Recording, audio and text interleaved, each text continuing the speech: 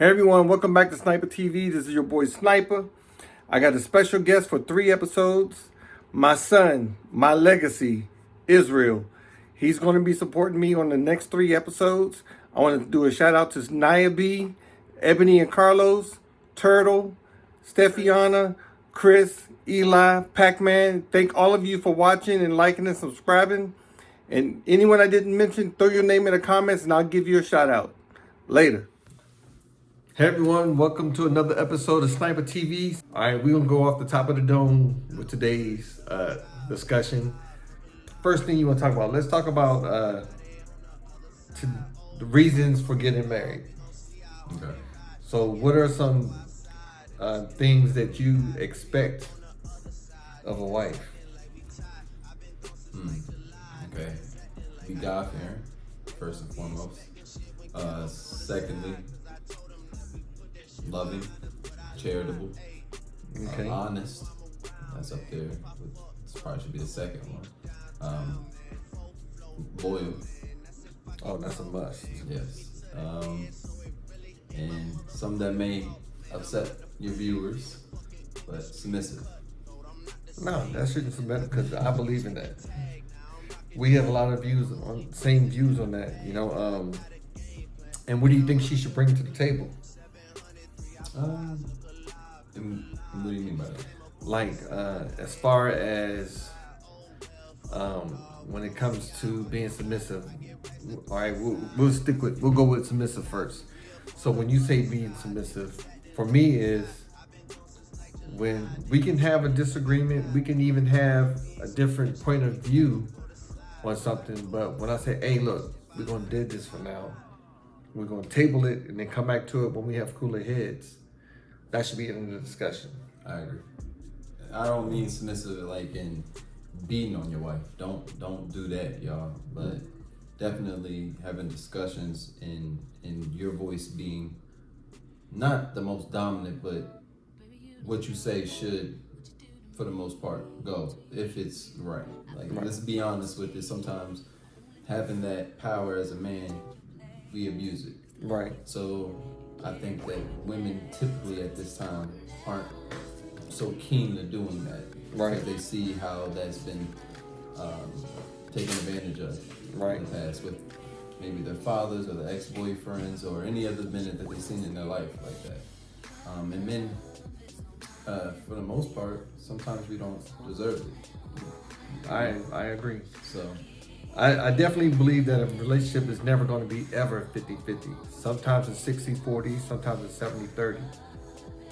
But when it comes to making decisions, the way I put it is, when it comes to making decisions in the kingdom, I will take my queen and I will ask for her counsel.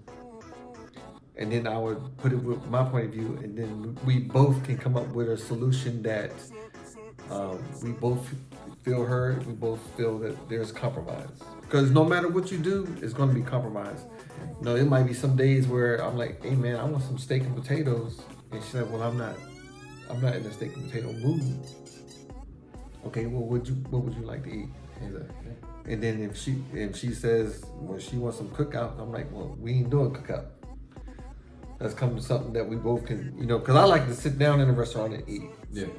Some people like just hit that drive-through window and keep it going. I want to enjoy my meal when it's still hot. No, I'd rather go to Olive Garden than McDonald's. Agree. Yeah, I understand. Okay, what about gender roles? In today's society, things have changed, but do you feel a woman should still play the woman's role, even though she might work a full-time job?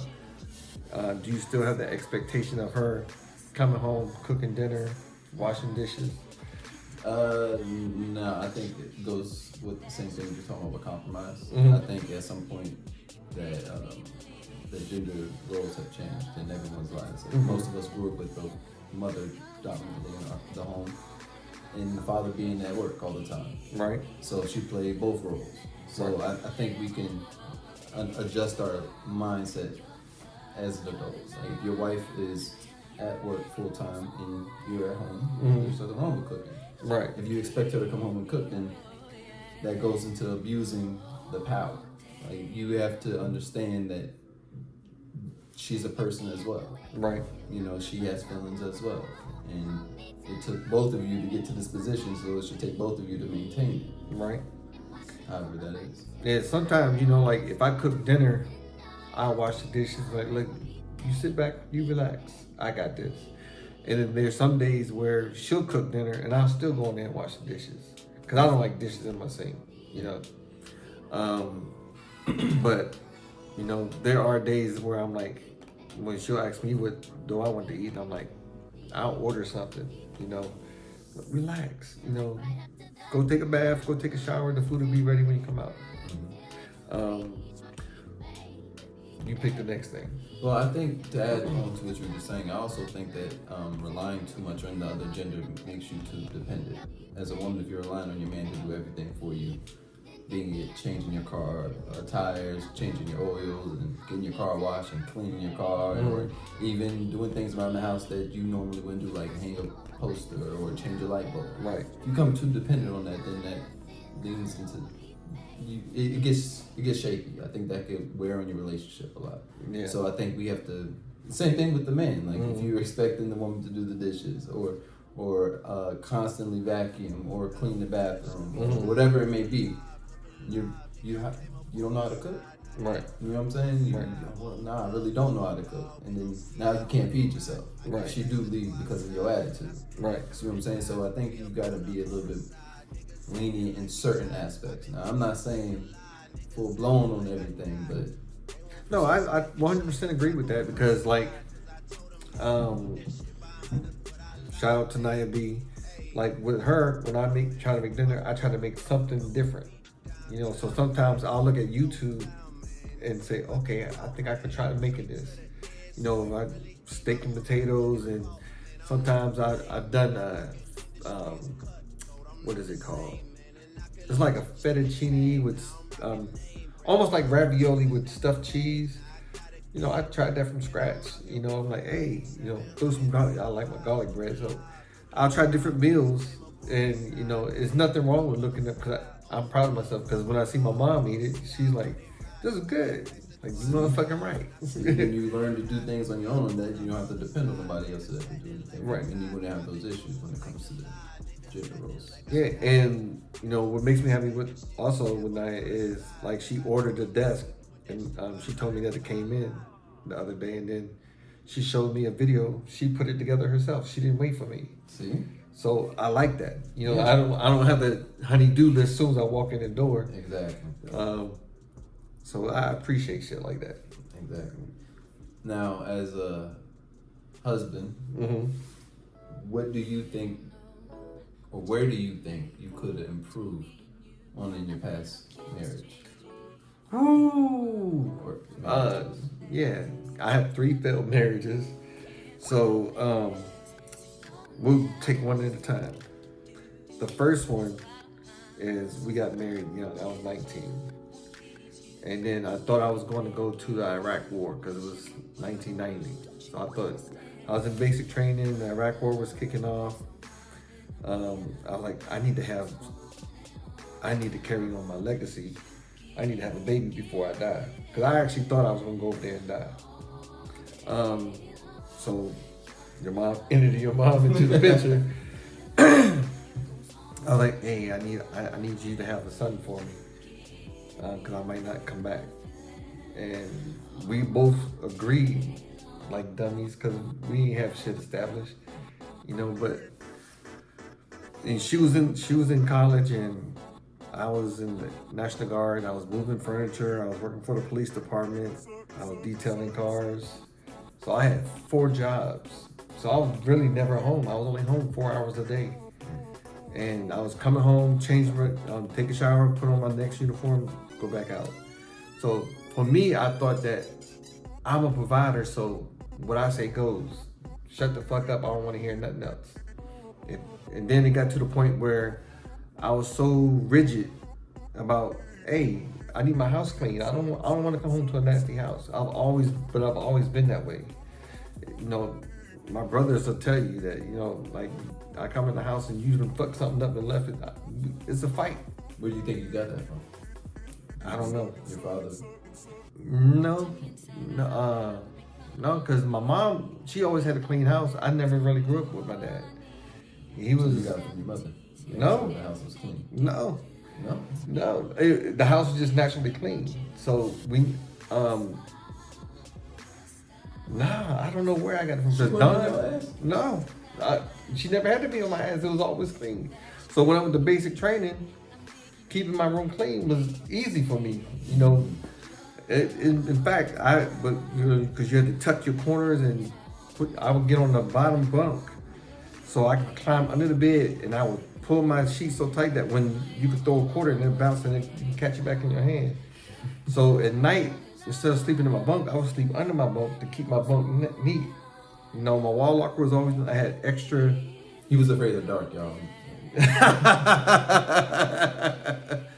So I think that I didn't have to be so rigid in my first marriage. It was like, all right, if you're gonna talk back, you can go get the fuck out.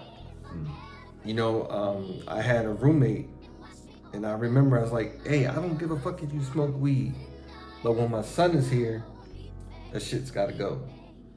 And one day, you were home, and I just came in from being a police officer, and him and a bunch of people were sitting at a glass table, and I took my gun and I slammed it down on the glass and broke the table. So I told you, don't fucking smoke weed in my house when my son is home. I didn't give a fuck about me, you know, inhaling. I didn't want you to inhale it. You know, I don't know why I had such a fear of it. It was just, I snapped. So it was, do what the fuck I say in a discussion. With my second marriage, and then, you know, my mother-in-law always interfered. So that made me more like, she can get the fuck out. She can go live with you. I don't give a fuck. Because if I'm paying all the bills anyway, you leaving don't change shit. And I've always had that mentality that I'm never going to rely on a woman to provide for my lifestyle, because if she leaves, I'm fucked. So when it came to marriage number 2, Ebony's mom, she used sex as a weapon. So she's like, I'm mad at you, I ain't gonna give you no pussy. And I'm like, I ain't getting no pussy from you. But I got these hoes that's gonna give me some pussy.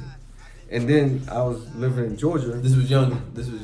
Yeah, I was like 21, 22. And I was friends with Bloods, Crips, Gangsta Disciples, and every Friday we would go to the strip club until it closed, and then we would bring the strippers back to someone's house. And that's when we would smoke weed, and I'm like, I can get stripper pussy, I don't need your pussy. You know, so I wouldn't go home for like 2 or 3 weeks sometimes. And it's like, I go home, change my clothes, and back out. Oh, so this was all in the military? Yeah, while I was in the military, I always had a girl's house to go to. And they accepted it. Hey, you married? I'm like, I'm married, but we can fuck. You had all those gang members in the military as well? Yeah. Man, Fort Stewart, 3rd Platoon. We had 42 people that were involved in some type of gang. Sheesh. 42. So if something went down, I would feel sorry for there's times that I seen people get hit so hard, I felt sorry. I had a little tear in my eye. I'm like, damn, you ain't have to do that nigga like that, man. That's fucked up, man. You ain't have to do that nigga like I've seen people get beat the fuck down. And it was sometimes when they would jump someone in, one dude got murdered. They beat him, they tried to jump him in and they murdered him. They really didn't like that nigga. They should have just said, hey, you can't do it. Damn. Did they get in trouble for that? No. I said, y'all wrong. Yeah. But it happens. You know, like, I do believe that as black men, you always want to belong to something. And the street life is the easiest family that will take you in, because they know they can corrupt you and mold you.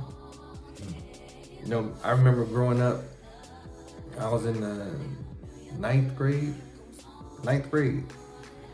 And that's when crack cocaine was really starting to flourish. And I tried selling crack, and then a guy showed me a trick where you take, you get a can of Piper's peanuts, take a needle, you dip it in white candle wax, and then you could sell it like a rock. And then, so one day, we was doing this thing called crack for a ride. So you give this dude some crack, he'll give you his car keys and you can just ride around. And we didn't take his car back right away. And this dude it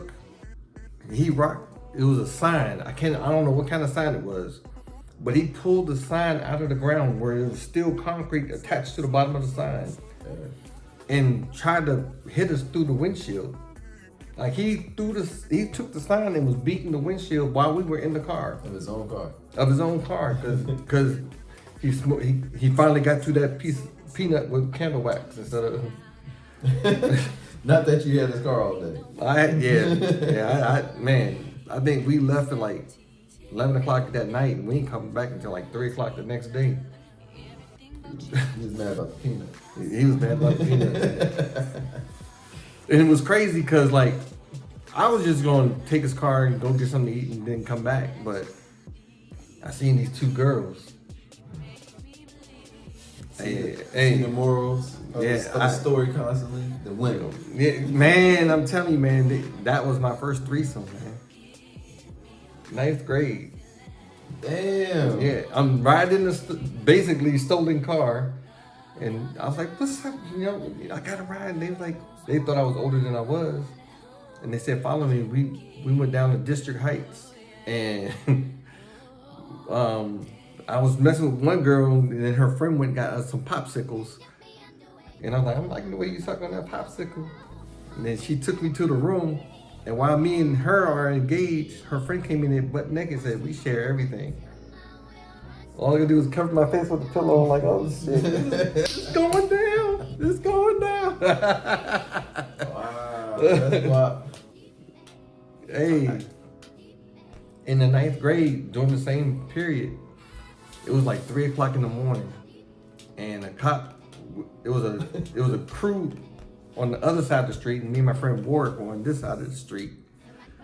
And so we just sitting there like we're under a pine tree, so we're in the shadows, and we're watching them because I was like, man, you think they got a gun? You think we could take them? So I'm like, fuck them, I want the money, But then a cop pulled up, and he got out of the car and he beat the shit out of him with the nightstick. Took the crack, put it on the ground, and then stepped on it and slid his foot. Took their money, and he's like, hey, "Give my money back." He's like, who the fuck you gonna tell? Got in his car and drove off. And then, when he hit him, it looked like he made the dude break dance.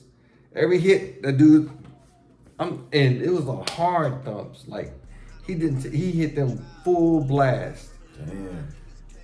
And then, so they went away, and me and Work was kind of sitting there laughing like, man, he fucked them niggas up. And then we saw this dude.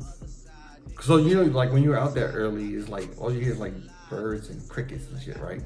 So me and Work was sitting there, and this dude was jingling his keys to get in his car, so you couldn't help but just like focus on him because it's the only thing out there. And so me and Work just sitting looking at him. I was like, man, I love Monte Carlos because that's what he had. I said, Monte Carlos, man, that's a badass fucking car. And you hear him jingling his keys. And then like in the movies, when he tried to start, he's like, rrr. But unlike the movies, when he did it the third time, you hear a suction like, and everything was silent. And then everything slowed down. And then it was like, whoo. And you can feel like you see the flame and everything, like the explosion happening. And we were so close that the skin on my face and my hair singed. Like you go like this and my skin was just rubbing off.